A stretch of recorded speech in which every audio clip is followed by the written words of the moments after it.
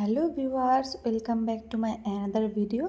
আশা করছি সকলে ভালো আছেন, আর আমি কিন্তু অনেক ভালো আছি। চলুন তাহলে আজকের লাঞ্চের মেনুটা আপনাদের সঙ্গে শেয়ার করি। তার আগে বলে দিই, যারা যারা আমার ভিডিও নতুন দেখছেন তারা কিন্তু আমার পেজটিকে ফলো করে দেবেন, আর যারা ইউটিউবে দেখছেন তারা আমার চ্যানেলটিকে সাবস্ক্রাইব করে বেল আইকনটা প্রেস করে দেবেন। তো আজকের লাঞ্চে দিয়েছিলাম ওই 3 থেকে 4 চামচ সাদা ভাত, আর তার সঙ্গে আজকে করেছিলাম বেগুন ভর্তা। তো বেগুন ভর্তাটা কিন্তু বেশ ভালো লাগে খেতে। আর তার সঙ্গে আজকে করেছিলাম মুগ ডাল ফ্রাই।